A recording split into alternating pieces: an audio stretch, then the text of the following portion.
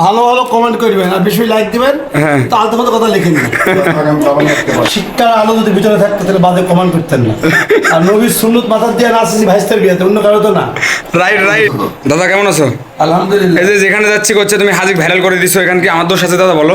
না, আমার heart clear হয়ে গেছে এবং ভাইস্তের বিয়েতে আনন্দ করবো না, কোথায় আনন্দ করবো? হ্যাঁ। কিন্তু আপনারা যে বাজে কমেন্ট করেন, শিক্ষার আলো যদি ভিতরে থাকতো তাহলে বাজে কমেন্ট করতেন না।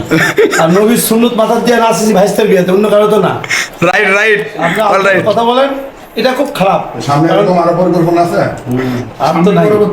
আর আমাদের আরেকটা আছে, অপু আছে, মারপেটটা ভাইকে আছে, অপুর অশ্লীল হবে, এই একটা আনন্দ করার ইচ্ছা আছে। কিন্তু এই ধরনের খারাপ মন্তব্য আপনারা যে করেন, আপনাদের ভিতরে শিক্ষা আলো নাই। শিক্ষা আলো থাকলে আপনি এগুলো বাজে কমেন্ট করতে পারেন। রাইট দাদা রাইট। আমি তো নাচ গানের ইয়াতে যাই নাই, আমি গেছি ভাইস্তার বিয়ার। আচ্ছা না আইসা কয় টাকা পাইছো তুমি? 300 টাকা আমার নাতি দিচ্ছে 100 আর রাজ দিচ্ছে 200। আলহামদুলিল্লাহ। ওরা কিন্তু এত টাকা পাইনি জানো কি? না না, আচ্ছা ঠিক আছে, তো ভালো থাকবে দাদা। হ্যাঁ ভালো ভালো কমেন্ট করবেন আর বেশি লাইক দিবেন। হ্যাঁ। তো আলতু ফালতু কথা লিখেন না।